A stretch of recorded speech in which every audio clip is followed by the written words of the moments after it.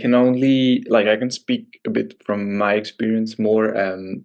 Like Robin and Shayla have been working with me, so they know the traumas that I've been going through. So yeah, even like especially like in my environment where I grew up, and I think most men have that. Like we don't have the support. Like if if we're not okay, if we're not feeling safe, or if yeah if we have experienced trauma, like, and in the group there's always this pressure. If you talk one to one, sometimes you can have a bit deeper conversation, but in let's say in standard groups of friends, there's this pressure, and you like it's almost, yeah, you're not allowed to have to be weak, to even have traumas, or to even have like needs, so to say. So yeah, that was really toxic, and not, and so you keep each other like in these in your patterns, basically in your traumas. And so again, talking and not being afraid to everything that you're feeling is fine, is really, really fine. Yeah. Oh, yeah, and boundaries are another big thing which comes Mm. to mind, especially with trauma. It's like, okay, this is okay, but this is not okay. So if this is not okay, then let's not go there, you know? If this suddenly isn't feeling safe or isn't feeling good, then let's change course and do something that feels better, lighter. Um, and I mean, I suppose that really comes into play if you're like into like domination or something like that. It's like, okay, this is the cutoff point, this is where it's okay and this is where it's not safe. Um, so I think there's that such a fine line, and it's so much about communication. And people are so afraid of that communication because I think because they don't want to be judged, or because they feel like it's not their place to communicate, or because they feel like it's going to ruin something in the moment. I don't know what it is, but Mm. so much of that um gets lost, I feel like, just because of like social, almost like social conditioning, It's like if you were like a kid and you were playing with, somebody, you would be really spontaneous about it and you would be open about it. But when we start getting, all of the insecurities and everything around it, then we just stop being open to that exploration, stop being open to the communication. And it just seems sad somehow, because it doesn't have to be that way. So yeah, so like the more communication and the more fun and the more respect. It's respect and boundaries. That's another such. Yeah, right. And there's no like, as you were saying, like there's no role to play. Yeah, Really, there's no role to play. Like you don't have to do anything. You don't have to act in a certain way. No, like everyone. right. No, throw away that script, Right. In fact, that's Huh. some preconceived notion about what you want. It's so much better. I'm sorry, you were a bit cut off. What? Can you repeat the last thing you said? I was talking about just staying in the moment and staying in Mm. present Yeah. with the situation and just relying on your instinct and your intuition Right. and really sensing what's going on and what are you feeling? What's the other person feeling? And just kind of rolling with that. That would be the ultimate if you just threw away any preconceived notion about how this should be or what this should be or what it's going to be, or are you good enough for this? Is your performance gonna? It's not a fucking performance, for Christ's sake. you Yes. know. Mm, that's where, and just remember that it's human interaction too. That's the other thing. Yeah. This is like normal human interaction. It doesn't have to be anything, any weirdness thrown in on it, you know? It's just Mm. spontaneous, normal human interaction. So keep it that way, you know? I'm sorry, but the eye contact might get too intense. No, I'm just What? What? The I what? just said I said the eye contact might get too intense, like when you're, Oh, yeah, yeah. with someone. I like what Robin said about in the moment, because in the moment, then your mind doesn't have to go and Mm, think about all the things that you said or something that's triggering, Mm. from the past that you had something, that you didn't do right or didn't, in the moment, experience the feelings.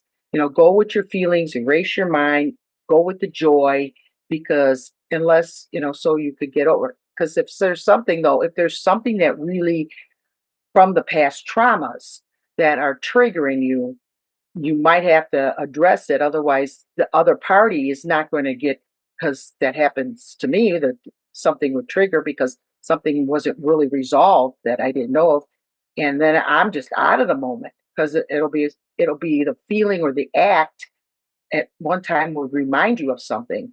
So that's then it's hard to get that out of your mind once it was triggered. So I like to try to, like you said, being in the moment, but then again, we have to find out where that trigger is for the next time. We have to deal with that, because if the trigger is the feeling or the part of something, that then the person has to deal with that, because that has come up to me in the past where something was done. I was like, oh yeah, this is so great. And then one thing was done with a feeling, with a touch. And I'm like Robin, you said before, let's not go there. yeah, So yeah. in a way that was good, because I knew that I had to work on something. It wasn't the guy, it wasn't you or the man, it was and so that was a help. But it was at the time it like messed up everything. But that's okay.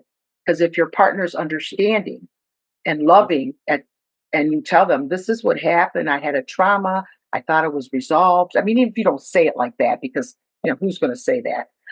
This bothers me. You got to stop now. I'm out of the mood. You got to be honest with when you're even having sex. You can't do the fake. You can't fake, because it's not pleasurable to you and it's not pleasurable to the man, because it's all fake. You Yeah. know. So I could see it. I love in the moment. I love in the moment. So I'm going to work on that myself in the moment. And if there's anything that does trigger, then we all have to work on it. I really like that. Oh, And yeah. That's a good um, point, though, that a trigger is something that just a sign of something that you have to work on.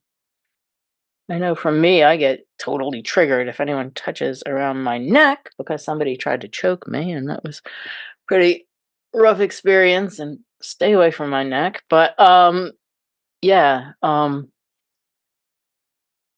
but it's something that is, I recognize, stuck in my mind, not in the other person's mind. So okay, so I can work on that, and it's a really good point.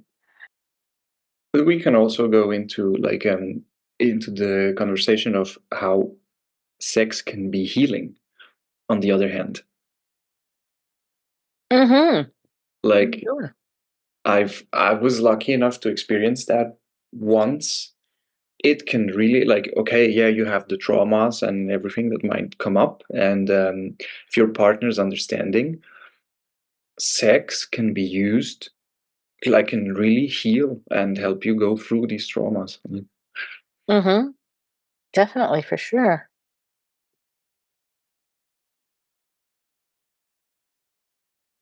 so how did it help you heal? Like, Mm, well, it wasn't like in the moment. oh, but okay. Yeah, it wasn't like, yeah, it wasn't in the moment, but it was, my trauma was like when sexual energy was like frightening. was like my whole body would just like crumble like that, and and it made me feel like it made a click somewhere in my mind of, okay, there might be like fear or like a freeze reaction to it, but it's not the end of the world.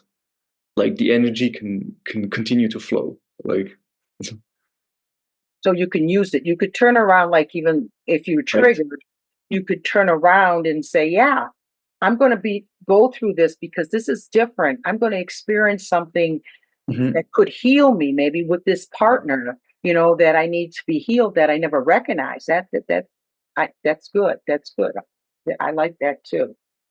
Using for healing, you can use it right in the moment. Like you said, it might not happen like that, and then the next time it might come on you again. But you can use that. I like that too. I like that. Yeah. That's yeah. As long as I mean, I guess it could be, yeah. It could be really good as long as you cannot let that trauma, that freezing Yeah, overwhelm you Yeah, a yeah, moment, or if you yeah. can There's like a keep the thin line. conversation flowing and you can Yeah, yeah, let yeah, the other person know what's going on, then it could be very good. Yeah. yeah, yeah. Yeah, for sure. Because it can get you starting moving Get you past that. positive way of yeah, thinking it. yeah, Instead yeah. of Right. You can turn it into positive, into turn it safety. into that joy. Like, Mm. hey, maybe I'm triggered, maybe I'm not feeling everything like I was feeling, but let's try it and let's go with it. Yeah. Yeah, Let's act on it. Let's have some action yeah, on it. Yeah. That'll work. That'll help. Yeah. Yeah. Well, it certainly helps then if there's a feeling of safety probably with the other person and trust. Yeah, for and sure. trust. Yeah. Yeah. Yeah. I mean, just you'd have to have that connection Mm. with the other person. For me, I would Mm-mm. have to, because Yeah. otherwise, it would bother me. No. You don't go to a bar and like. And say, hey, let's try Hey, this. Yeah, yeah, right. Trigger I me, I buddy. got something I gotta get over here. Yeah. Yeah, trigger me. yeah, no. Kick him and get my scissors out or something. No. Yeah, for sure. Yeah. Yeah. Very good. We really talked about a lot of good points, I think.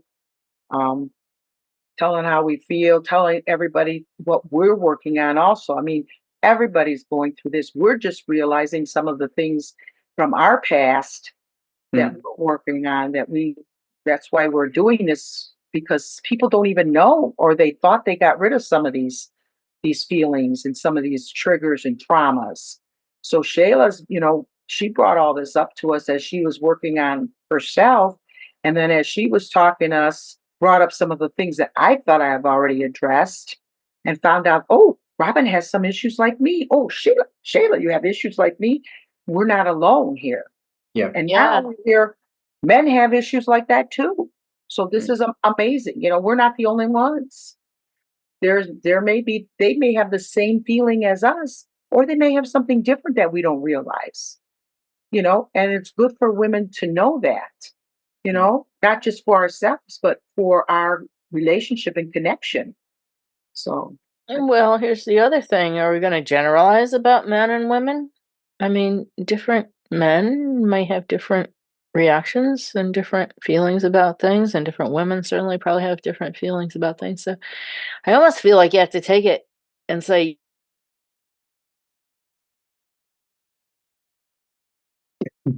And say yes. I know, right? She's a little freeze again. experience and the personal thing that they're coming from. So you can't just generalize across the board either. No, you're right. Everyone's different and has different feelings, different traumas, different way of thinking, how they grow up, the culture. Like he never Mhm. had any religious issues, and all three of us here had some religious issues. Well, So I if never we really hear had man, religious issues. no, I you had did. issues, That's but right. Yeah, kind of. of Non-religious issues, but sorry, Robin. Yeah, you're right. yeah, I don't want to include you. you don't have to. It's okay. My mistake. But you're right. Yeah. Yeah, but the thing with the, like, there's another point that I wanted to mention as well. Like, the thing with the generalization, no, I don't think you can do that. But I would say that in general, like, for for us, sex is a bit more than feeling hungry, let's say. It's like you feel, I don't know, after a couple of days, you feel hungry again. And then you eat and then you're okay. But I'm saying it's a bit more like that. I'm not saying it's purely like that. And there's this that there's big well, what pornography really doesn't teach us is exactly those traumas that we have, like that are not like women or men, that are just human, that we have, that like they are stored in the body, that they need to be addressed, they need to be talked about. That's exactly the same as for women. It works the same way. And I would say that we also want that depth and intimacy, for sure, for sure. So from what you were saying, it sounds like sex is more than just a physical need. It, from men, I mean, I know for women it is, but Yeah, definitely it is. okay. Yeah, it's what, yeah, it's like what you learned, how it is, what it is, and what you should say. But no, it's much more to it. I'm not an age related person. I don't use age a lot, but in this case, I'd like to ask you, would you feel that certain age for men, for the desire and for the hungry, and then as they get older, loss of testosterone, all this other stuff that goes on in general with men, maybe the hunger isn't that they don't have to eat all the time, even though uh, they want that intimacy, but they can't really do it all as much as, a younger person. yeah. How would we kind of share that or say that, or how would we able to deal? I don't know what the question I want to ask, but would you say that might be an issue? So it's an issue if you like get older and don't have as much libido as before. Yeah. Uh, No. that's a good question. I don't know. You're asking the young guy, so I he's don't know. No, nodding. that's why. That's the That's why. question. Well, the thing was, I was just also kind of like just presenting that. Like, I'm not an age. Yeah. I don't do ageist stuff, but in this case, I was thinking, I like that men, that hungry thing. I like that a lot. Then I thought of, well, as men get older, they run out as hungry. But I think as sometimes women get older, they're more hungry.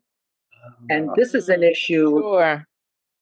they have to like combine or something and do something where they have to find their own match.